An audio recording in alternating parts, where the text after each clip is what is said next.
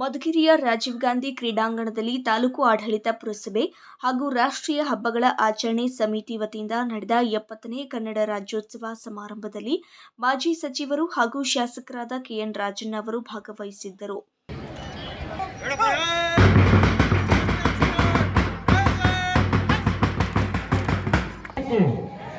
ರಾಷ್ಟ್ರಧ್ವಜವನ್ನು ನಗರಿ ಕ್ಷೇತ್ರದ ಜನಪ್ರಿಯ ಶಾಸಕರು ಆದಂತಹ ಸನ್ಮಾನ್ಯ ಶ್ರೀ ಕೆ ರಾಜಣ್ಣ ಸರ್ ನಿರ್ವಹಿಸಿದ್ದಾರೆ.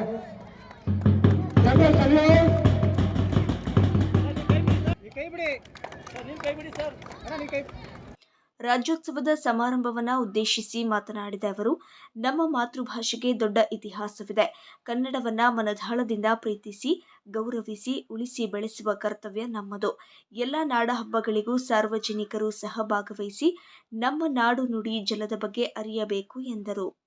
ಎಲ್ಲ ಭಾಷಣಕಾರರು, ವಿಶೇಷವಾಗಿ ಇಬ್ಬರು ಮಕ್ಕಳು, ಲಕ್ಷ್ಮಿ ಮತ್ತೆ ಇನ್ನೊಬ್ರು ನಿಮ್ಮ MGM ಸ್ಕೂಲ್ನವರು ಹರ್ಷಿತಾ ಮಕ್ಕಳು ಆ ಒಂದು ಕಿರಿಯ ವಯಸ್ಸಿನಲ್ಲಿ ಸ್ಪಷ್ಟವಾಗಿ ಉಚ್ಚಾರಣೆಗಳನ್ನ ಮಾಡ್ತಕ್ಕಂಥದ್ದಿದೆಯಲ್ಲ, ಅದು ದೊಡ್ಡ ಸಾಧನೆ ಅಂತ ಹೇಳಿ ನಾನು ಆ ಮಕ್ಕಳಿಗೆ ನಿಮ್ಮೆಲ್ಲರ ಪರವಾಗಿ ಅಭಿನಂದನೆಯನ್ನ ಸಲ್ಲಿಸಲಿಕ್ಕೆ ಬಯಸ್ತೇನೆ. ಕನ್ನಡಕ್ಕೆ ಬಹಳ ದೊಡ್ಡ ಇತಿಹಾಸ ಇದೆ. ನಾವೆಲ್ಲವೂ ಕೂಡ ಕನ್ನಡ ಭಾಷೆ ನಮ್ಮ ಮಾತೃಭಾಷೆ. ನಮಗೆ ಕನ್ನಡದ ಬಗ್ಗೆ ಅಭಿಮಾನ ಇರಬೇಕು. ಆದರೆ ಪರಭಾಷೆಗಳ ಮೇಲೆ ನಮಗೆ ಅಸಮಾಧಾನ ಆಗಲಿ, ದ್ವೇಷ ಆಗಲಿ ಇರಬಾರ್ದು. ನಾವು ನಮ್ಮ ಮಾತೃಭಾಷೆಗೆ ಆದ್ಯತೆಯನ್ನ ಕೊಡಬೇಕು. ಯಾರೋ ಹೆಣ್ಮಗಳು ಹೇಳಿದಾಗೆ ನಮ್ಮ ಮಾತೃಭಾಷೆ ಕನ್ನಡ ನಮ್ಮ ಹೃದಯದಲ್ಲಿರ್ಬೇಕು, ಅನ್ಯ ಭಾಷೆಗಳ ನಾಲ್ಗೆನಲ್ಲಿರ್ಬೇಕು. ನಿಜಕ್ಕೂ ಕೂಡ ಆ ಒಂದು ಹೇಳಿಕೆ ಹೆಣ್ಣುಮಗಳು ಹೇಳಿದಂತಹದನ್ನ ನಾನು ನಿಜಕ್ಕೂ ಕೂಡ ಪ್ರಶಂಸೆಯನ್ನು ಮಾಡಲಿಕ್ಕೆ ಬಯಸ್ತೇನೆ. ಮತ್ತೆ ಕರ್ನಾಟಕ, ಮೈಸೂರು, ವಿಶಾಲ ಮೈಸೂರು ಇದೆಲ್ಲ ನಡೆದು ಬಂದಂತ ಮಾತುಗಳನ್ನ ಸನ್ಮಾನ್ಯ ರಂಗಪ್ಪನವರು ಬಹಳ ವಿವರವಾಗಿ ಹೇಳಿದ್ದಾರೆ. 1973ರಲ್ಲಿ ವಿಶಾಲ ಮೈಸೂರು ಇದ್ದದ್ದನ್ನ ಕರ್ನಾಟಕ ರಾಜ್ಯ ಅಂತೇಳಿ ನಾಮಕರಣ ಮಾಡಿದಂಥದ್ದು ಸನ್ಮಾನ್ಯ ಡಿ ದೇವರಾಜ ಅರಸೂರು ಅವರು ಮುಖ್ಯಮಂತ್ರಿ ಆಗಿದ್ದಾರೆ.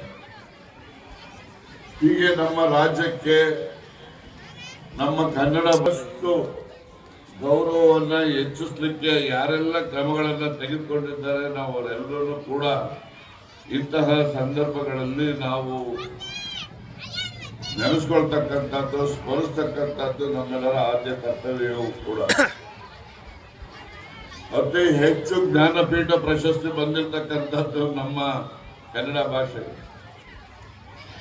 ಕುವೆಂಪುರವರು ತಿಳಿಸಿದ ಹಾಗೆ ನಮ್ಮ ಕರ್ನಾಟಕ ಹೇಗಿರ್ಬೇಕು ಅಂದ್ರೆ ಸರ್ವ ಜನಾಂಗಗಳ ಶಾಂತಿಯ ತೋಟ.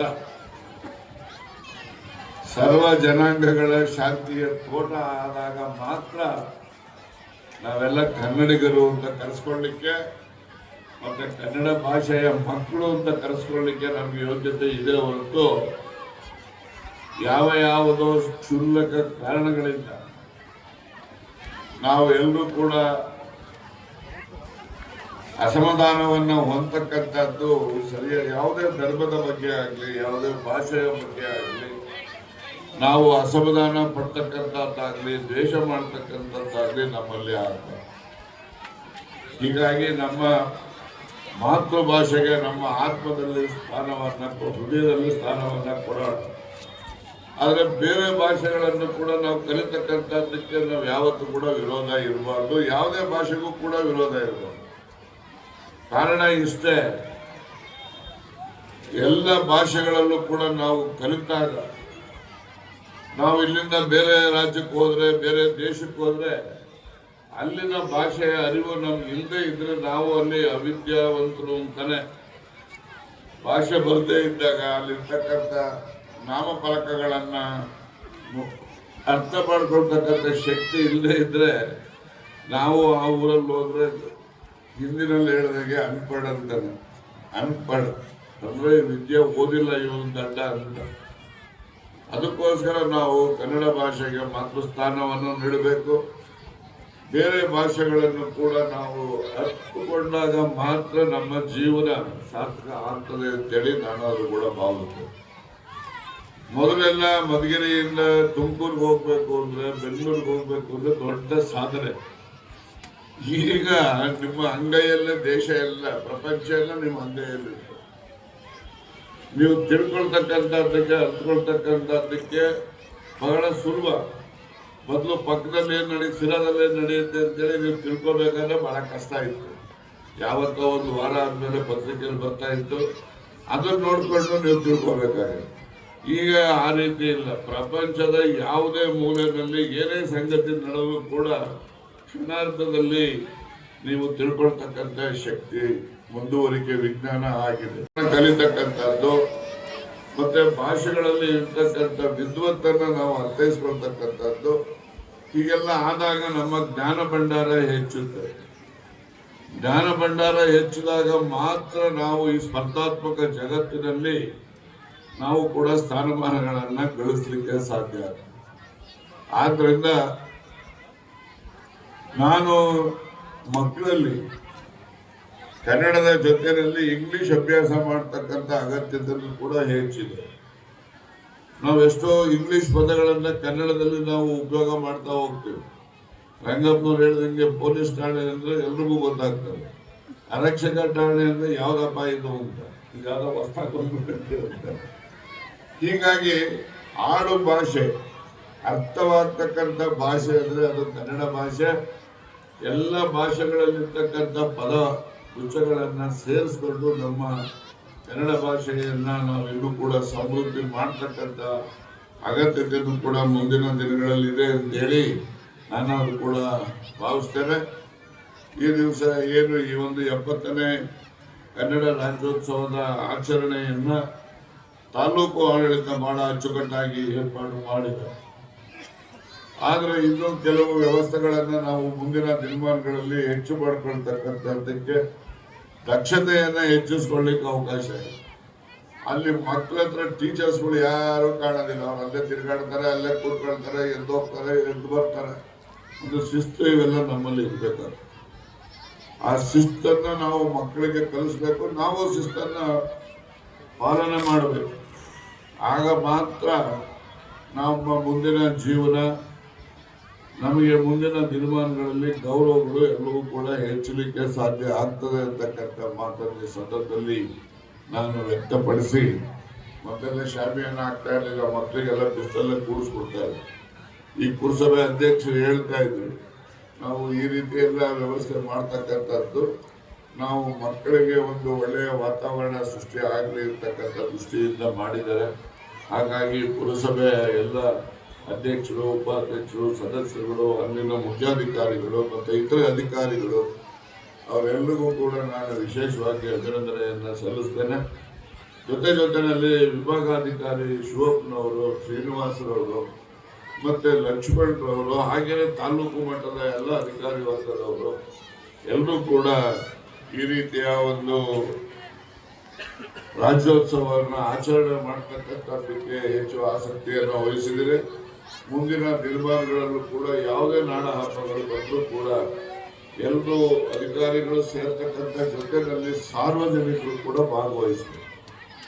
ಸಾರ್ವಜನಿಕರು ಭಾಗವಹಿಸಿದಾಗ ಮಾತ್ರ ಆ ಒಂದು ಸಮಾರಂಭಗಳಿಗೆ ಹೆಚ್ಚು ಕಳೆ ಬರುತ್ತೆ ಅಂತಕ್ಕಂಥದ್ದು ಮತ್ತೆ ಅರ್ಥಪೂರ್ಣ ಅಂತೇಳಿ ನಾನು ಅದು ಕೂಡ ಭಾವಿಸಿದ್ದೇನೆ. ಹಾಗೆ ಇವತ್ತು ನಮ್ಮ ತಾಲೂಕಿನ ರಾಜ್ಯೋತ್ಸವ ಪ್ರಶಸ್ತಿಯನ್ನ ಸ್ವೀಕರಿಸಲಿಕ್ಕೆ ಗಣ್ಯರು ತಾವೆಲ್ಲ ಆಗಮಿಸಿದ್ದೀರಿ.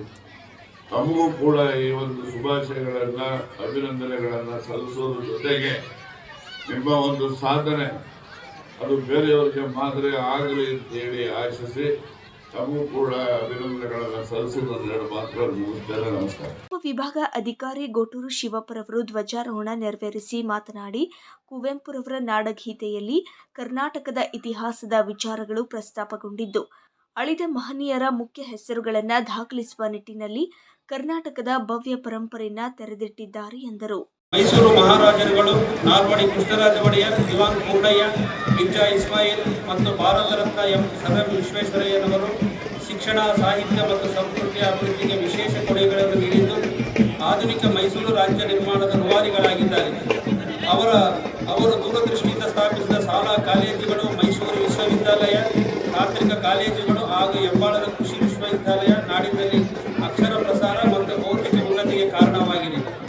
ಕನ್ನಡ ಪ್ರಾಚೀನ ಕವಿಗಳಾದ ಆದಿಕವಿ ಪಂಪ, ರನ್ನ, ಪೊನ್ನ, ಶಿವಕೋಟ್ಯಾಚಾರ್ಯ, ಕುಮಾರವ್ಯಾಸ, ರಾಘವಾಂಕ, ಜನ್ನ, ಸರ್ವಜ್ಞ ಮೊದಲಾದವರು ನಾಡಿನ ಬೆಳವಣಿಗೆಗೆ ದಾರಿ ಬೆಳಕಾಗಿದ್ದಾರೆ.